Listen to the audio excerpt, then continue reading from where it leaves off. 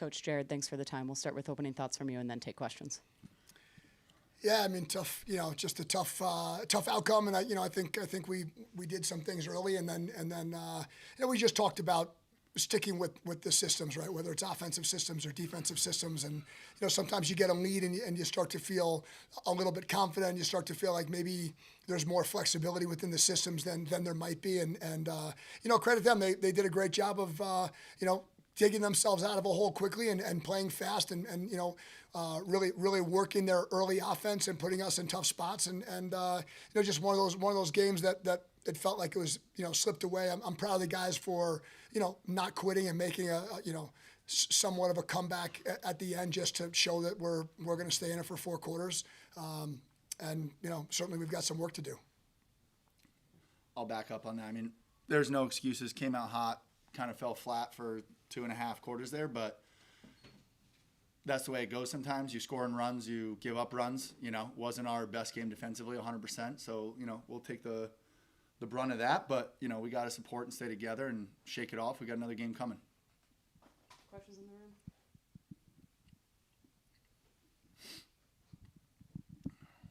Coach, it kind of seemed like after that hot start, the offense stalled a little bit. What did they do defensively to really keep you guys to a minimum? I thought they played great defense. I mean, you got to remember that hot start was 2 offensive goals and a 2-pointer from Jared, right? So we weren't as hot as it might have looked, and I think that was kind of a little bit for us. It was a little bit of a trap. Like, hey, everything's clicking, and then we got to, when I say selfish, I don't mean that guys are being selfish. I mean we didn't work together as a team. We didn't move the ball enough, and so I credit them for having a good plan and making it difficult for us to use our 2-man game. But I just think the systems fell apart a little bit on both sides of the ball, and it's hard to play with a lead. You have to learn how to do that, right? You have to learn how to come back. You have to learn to play when it's tied. We had a good opportunity tonight to learn to play with a lead, and we'll learn from that. We have a lot of young guys and a group that hasn't been together for all that long. So we're going to look at this game as it's a long. Got a lot of things we can fix, and sometimes you learn a lot more from a loss than you do from a win. We'll make sure that happens. One of your guys, Jackson Eicher, drew a really tough matchup in Arden Cohen today. I think he only finished the day with around 3 or 4 shots. Do you want to see him maybe take the game into his own hands? All the matchups in the PLL are tough. I mean, every poll that's in the league is tough. Every goalie, it's the top 8 goalies in the world, it's the top 8 face-off guys.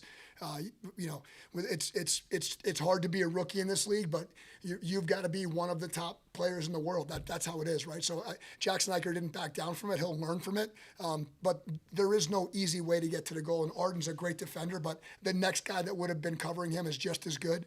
And that's kind of why some of the systems that we run and other teams run with a 2-man game to try to create an opportunity with a pick, right, to get away from a guy like that. So if every offense could win matchups against the poles, there'd be no picking and we wouldn't be attacking the short stick. So if you watch the game carefully, it's we know that all those matchups are super hard.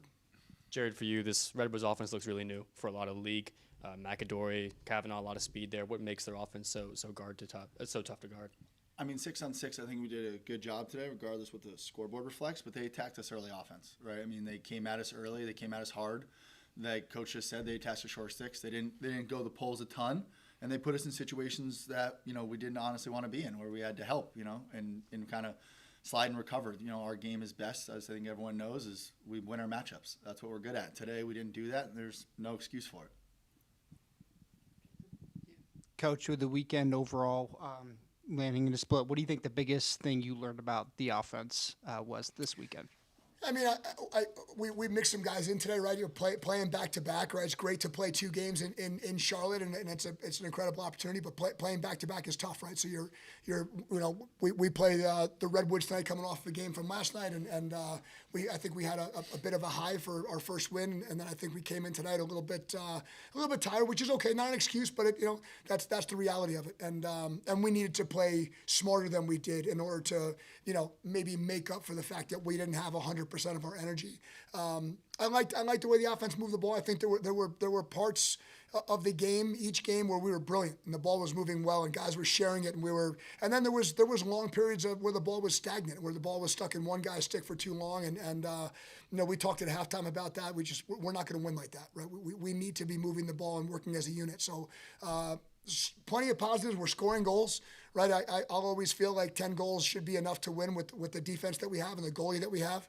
And we didn't get there, tonight the way that we needed to. We gave up more goals, so that didn't quite calculate. But if we can continue to score, 8, 10, 12 goals a game, which isn't easy against the defenses in this league, but that's our goal, right? And we've got to work towards. We're close, right? So for me, that's the positive, is that we don't have a long way to go to consistently hit that number, but we want to be averaging 10 goals a game at a minimum. Any other questions in the room?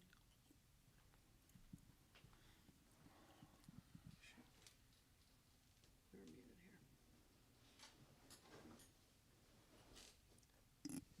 Sorry, folks on Zoom, any questions for Coach and Jared? Kyle? Yeah, for Coach, you see the impact that, I don't know if it was us before or not, but Adam Charlambides and his ability to kind of just inject himself into the offense. And what did you see from him? And do you feel like moving forward, he's a guy that we could see every single week in this offense and contribute the way that he did tonight? Yeah, I won't push it, too far beyond that. Things change over the course of his season, right? But as far as what we expected from him and what we got in his first 2 games, he was fantastic. I thought he looked even more comfortable tonight than he did last night. He made plays. He played within the system. He made some great passes. I thought he looked more comfortable certainly tonight than he did, last night. And I think we're going to continue to see him on the field. And I think that he's a really great piece, and we're glad to have him. Chris? Coach, did you find that having to prepare for 2 games back-to-back in this homecoming weekend format was an additional challenge compared to? It's a good question. I would say the one thing that helped us was that when we were watching game film, of the Outlaws, they had just played the Redwoods, right? So we were able to kind of do a double scout there. If it had been 2 different teams, it would have been, you're picking up a lot of the things that you needed to pick up from each team, and so that was helpful. The turnaround from one game to another probably is a bigger challenge than the scouting report in this situation, but it's a great question. Kyle? Yeah, Jared, from the second to the third quarter, the Redwoods offense kind of found their stride. Was there anything out there unique or different that they were kind of throwing at you guys that you weren't accustomed to from years past? Obviously, a lot of new guys on that team, but anything different they were throwing out there, or was it just they were finding their shots, when they were taking them? No, I think they did stuff we've all seen before. I mean, we've all played lacrosse at a high level for a long time, but they took advantage of their matchups, and we did things that were uncharacteristic to ourselves, right? We let guys get to the middle. We don't usually do that. They won their matchups, multiple times. And the biggest thing for us is I think they won the ground ball battle, right? They had a lot of scrappy little kind of ground balls where after guys made plays in front of the net, whether it was a body check or a stick check and balls on the ground, sometimes the ball bounces their way, and they picked up 3 or 4 of those today and put them in the back of the net. Yes, I think too that that expression that in hockey they say the puck finds energy, right? And I think tonight they had a little bit more energy around the goal, and those bounces sometimes they go your way, sometimes they go their way. I thought Ryder Garnsey was fantastic around the crease tonight. He had 2 goals that were off of rebounds, and he very quickly picked it up and put the ball, great shot back on goal. I think those 2 were critical plays where we had made stops. So I just think that was part of it, right? Not certainly just one of those nights where we didn't have a lot of breaks go our way, and we needed to play better in order to help ourselves. Phil? Yeah, curious, what did you both see from what the Redwoods offered on the 32-second plays after faceoff wins with Kevlin, with Connors, with Merle, and then obviously Andrew McAdory? I mean, the biggest issue wasn't necessarily. I mean, McAdory is very fast. Don't get me wrong. McAdory he's a tough cover and he can fly.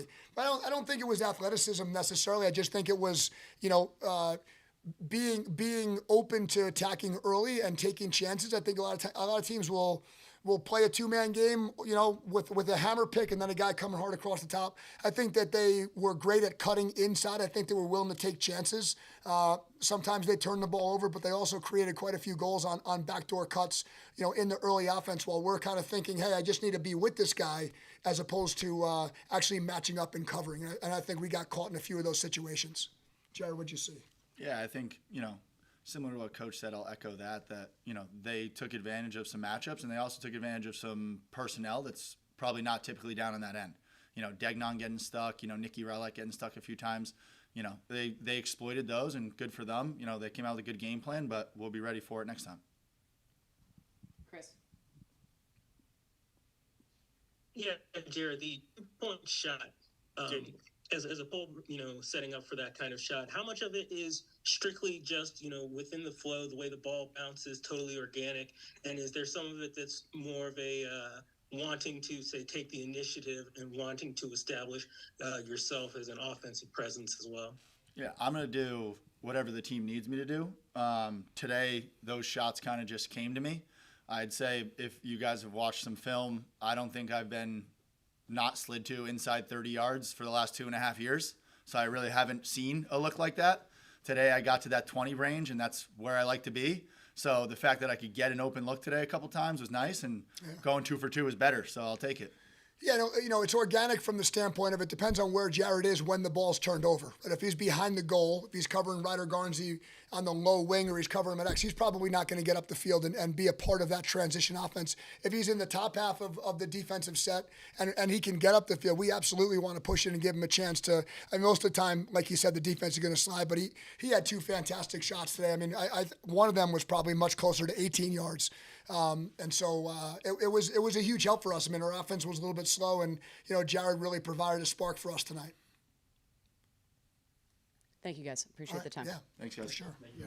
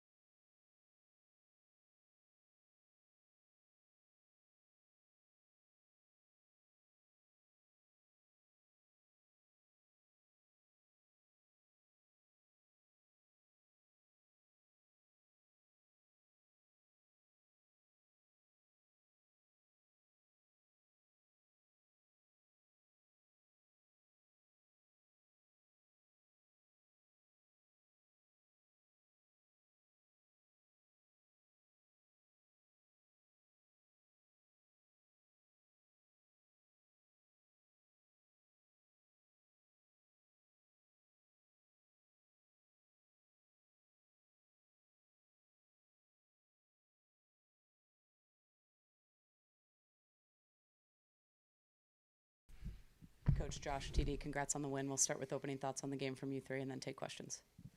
Let it rip, Josh.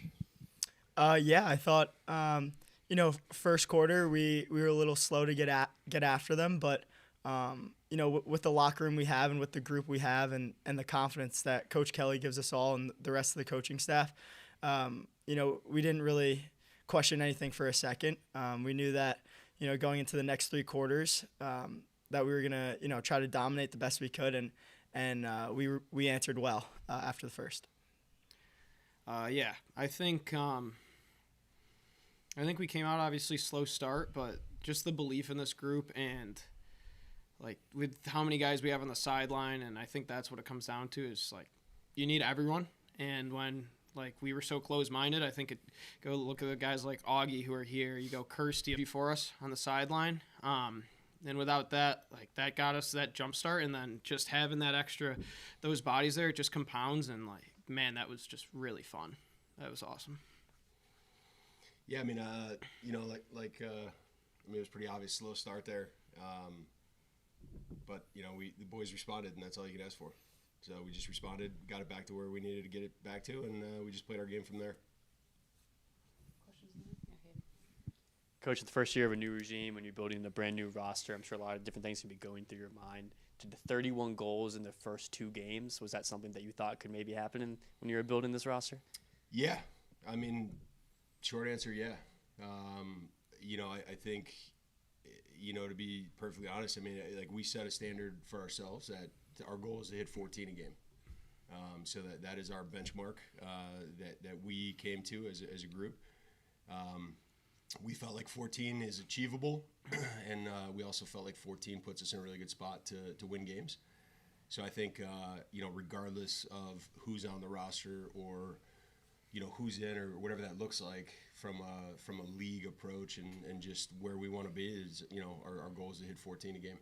When you and Joe were building this offense, what exactly did you kind of want? Was it a good mix? You have a lot of speed with McAdory, obviously, and Sure. Kavanaugh. Then you had some bulk with Bernhardt and Malloy, obviously. Yeah, what's been a lot of fun working with Joe, when we got into this, he and I have just seen eye to eye on everything, which is cool. And Joe's a guy that, I love and respect, and he's done this for a long, long time. So when we talked through some of the changes that he was going to make early and then going into the draft, we felt really strongly with, where we were going. And from a building side of things, like you mentioned, we want to play fast. We want to play fast. We want guys that can push transition. We want to push the ball. We want guys that can play two-way, and then you get lucky and we find a guy like Josh that shows up 2 days before training camp to add to the mix. And, we're still missing our number 3 pick. With Sam English, who's not even out there yet. So, you look at where we are, I think we're tracking the direction that we wanted to go. English could be a big part of this, but the reason why you're putting up so many goals, you've been really successful in the 32. And TD, if you want to chime in as well, what is kind of the strategy there off the face-off when you do win, and how well do you think you guys have been doing, pursuing offense in the 32? Yeah, I think, when, TD can touch on it as well, but when I came in, really when I looked at this, once I got hired, I really wanted to break down and look at where are opportunities for us to be successful. And I looked at it where having a guy like TD that I know is going to get us the ball consistently offers us an opportunity to really attack that 32. And I think there's a lot of guys that don't necessarily approach it that way. So for us, our mindset coming in was to really be aggressive and put a plan in place. And we have several different kind of plans and ways that we approach that 32 seconds, and we value it. And, we look at that like that is a great opportunity. I know there's guys, in the past that have kind of played around with not having a face-off guy and things like that. And for me, I told these guys, it's like, give us the ball as many times as we can get the ball, and we're going to go. So, whether it's 32 or full clock, it doesn't matter. I look at it like the more times you have the ball, the more shots you're going to generate. I think Coach Kelly is very responsible for that. He came in and on his first Zoom, he said we want to use the 32, and you don't get better at the 32 if you don't practice it. And I don't know if coach necessarily had in mind the LSM throwing it to me on the crease. Probably made the guys in the booth appalled, but that's we have confidence to do that to each other, and you don't get that way without having that trust, and coach instills that in us, and it just trickles down, and that's why we're able to generate offense and play fast. And if it doesn't work, that's great. We're going to get another opportunity, and just playing fast and free and fun, it's awesome. Coach, obviously your offense played great today, but your defense also had a very impressive showing. If you take away Jared Newman's 2 2-pointers and Sherilyn Beatty's 4 goals, I mean, you've held them relatively scoreless and really dominated your matchups. What did you see out of your defense today? Yeah, those guys, I mean, that's the backbone of who we are. And when we built the roster, going into this, when Joe and I talked, it was really like, we're gonna show belief in the group that's there and not really change much, and we're just gonna build around that, and that's really what got us to where we are today. Those guys, obviously we gave up 4 quick ones, just kind of the nature of the game, and then they did an incredible job, and the message there was, those guys closed the door, they did their job, and then they allowed the offense to do their job on the other end of the field, and then we were able to get a little separation there. So to that point, yeah, we gave up 2 twos in transition, but that's not even on the defense. That's on our midfielders. So you take those off the board, or not even take them off the board, but when you separate that from 6-on-6 offense, I think those guys did an incredible job. I think Arden Cohen played out of his mind. I think he had 5 caused turnovers, 4 ground balls. Even take the numbers off the board, right? I mean, stats are stats. I don't like stats. If you watch that game, he was a difference maker tonight, and I think the rest of the guys really rallied behind him. Anyone else in the room? Questions on Zoom? Phil. Yeah, offensively, Josh talked about attacking matchups, and it seemed like in the second quarter on, there was a lot of attacking their short sticks. And in the first quarter, it seemed like there was a struggle getting separation off ball and making those moves and having to try to dodge against some of their top poles. What was the difference between the first quarter and the second quarter offensive strategy? And what could you say about the way you attack those short sticks later on in the game? Yeah, I think you nailed it. Going into it, this group, when you look at the chaos, their defense is great. They got a great group. They got a veteran group. They have the best goalie in the world. There's no debating any of those things. So, when you look at it, we just went out and wanted to execute our game plan. And it wasn't that we necessarily audibled off what we started to do, but we just realized that the opportunity there was, to try to attack some short sticks, draw some doubles, and then get into our offense from there. And I think the guys did a really, really good job of just pressing on the shorties, and we got a really good response from there. And those guys, again, credit to the Chaos. They're a phenomenal defensive unit. They take a lot of pride in not switching their matchups and trying to fight through and staying on their man. And, we knew that going into it, so it was really easy for us just to not be stubborn and just go on to that next phase of our offense. Kyle? Yeah, for Josh, congrats on the game, man. Has it set in for you yet? Just the whirlwind that these past couple weeks have been. Like Coach said, you show up a couple days before training camp. Tonight, you had 2 more goals for this team. Has this kind of Disney type movie lifestyle the past 2 weeks really set in yet? And if it hasn't, what has been something that's kind of stood out to you of just like perfect fit, perfect time of being part of this Redwoods roster? Yeah, it's a great question. It's to answer your question, no, it still feels very surreal to me. It's like a fever dream, and but I'm just riding the wave as long as I can. Going into training camp, getting that late call, my mindset kind of going into it was, it's just a privilege to be here, to be at the training camp. I know that cuts had to be made later on in the week, but to me, that didn't really matter. I came in just with a positive mindset, putting one foot in front of the other, and taking every obstacle as it comes.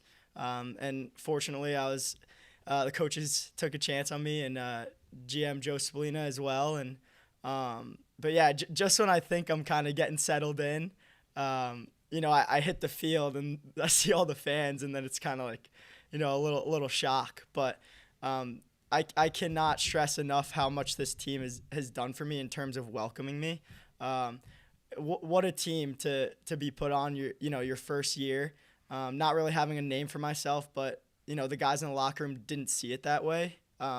They just reassured me that I was invited to the training camp and I made the 25-man cut and that was all for a reason. So they really helped me maintain my confidence on the field.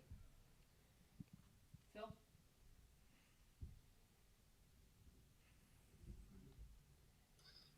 Yeah, and with the way the offense played tonight, just curious, looking at your thoughts, your philosophy on the guys taking chances, whether that's attacking early, whether that's, Jared Connors leading the offense with a pull, some of the plays that Ryder and Cav were pulling off. What is the thought process and philosophy and emotion behind you guys in some of the chances and risks that you're taking offensively now? Yeah, I think you could look at it like it's a risk, but I think we look at that, that's who we are. I think it's really simple. To me, I don't look at anything that happened tonight as a risk. Throwing the ball to TD, it's not a risk to me. I got all the confidence in the world in the guy next to me. JC, I pulled JC aside at the start of the year. I said, buddy, I want you cross that midline, you're a midi as far as I'm concerned. And, you go and play. Merle had a great goal today, big time goal for us today.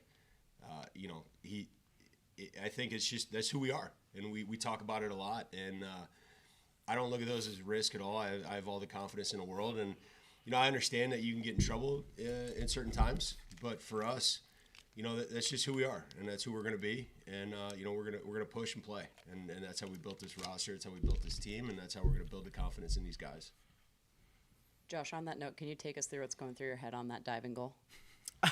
I actually, I'm going to give the assist, the apple, to Coach Collins. I got stuffed by Blaze. Great save the first time around.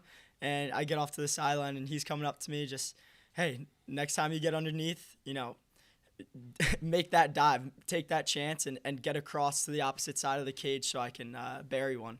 So, obviously took that to heart, and next time I had that opportunity, wasn't going to make the same mistake twice.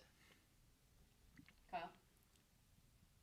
Yeah, for Coach, I'm not sure if they told you or not, but you guys set a new PLL record for shots in a game with 58, led by Dylan Malloy, Chris Cavanaugh, who had 11 each. Can you just talk about just kind of just go out there and play freely mentality you guys had tonight on offense, where if you had your shot, just take that shot, and how that resonates with your guys' philosophy on offense, for these players, from Dylan Malloy to Ryder Garnsey to Chris Cav and the rest of the offensive guys who you just kind of give them the green light if it's there for them.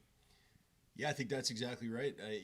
We talk about a lot of things, and we have benchmarks. We have goals that we built as a team, markers that we want to hit that, I don't really want to go into that, but, hitting 58 is incredible, and all those guys have that green light. And, it's kind of funny. Dylan, he came over to me, I don't know, first quarter, and I was like, keep shooting. He's like, really? And I said, yeah, really. Like, let it fly. We have to shoot more. Last week we shot 46% on 35 shots, right? That's great, but we only generated 35 shots. If we're not shooting that efficiently, we don't get the outcome that we're looking for. So we talked heavily about we need to increase that shot production. We need to find a way to just put more shots on goal, especially when you're playing against Blaze Reardon. And we knew that going in. So the guys, you're not gonna score if you don't shoot the ball. And 58's great, and we can be proud of that we set a record. But that's today. And I always say one of my favorite sayings, today's news wrap tomorrow's fish. And, it is what it is. And, that's great. But, tomorrow's a new day, and we're starting to plan for the next one. So, these guys can be proud of it and enjoy the moment. And, from here, it's, on to the next one. Josh, quite the Marist contingent in the crowd tonight. Can you talk about what their support has meant in these early weeks? Yeah, a lot of Marist fellows on the team right now are North Carolina guys. So immediately getting texts from them when they knew we were playing in Charlotte. So knew there was going to be another great turnout. But it's been great, especially thinking my career was kind of over after losing in that MAC semifinal, and then now being in the position I am today. It's just such a blessing, and having a little bit of success here and there, and seeing all the people reach out to me through social media, and then the people in the crowd, especially the Marist guys. It's a very emotional moment for me, and something that I'll definitely I'll remember that feeling and remember those emotions, because it's really a blessing to have such a great support system. And then finally, the home crowd for the Carolina Chaos was pretty impressive over these past 2 days. Homecoming weekend in San Diego coming up in a few weeks for you guys. Can you talk about how you're thinking about that and what you're looking forward to in that home matchup? Yeah, go ahead, TD.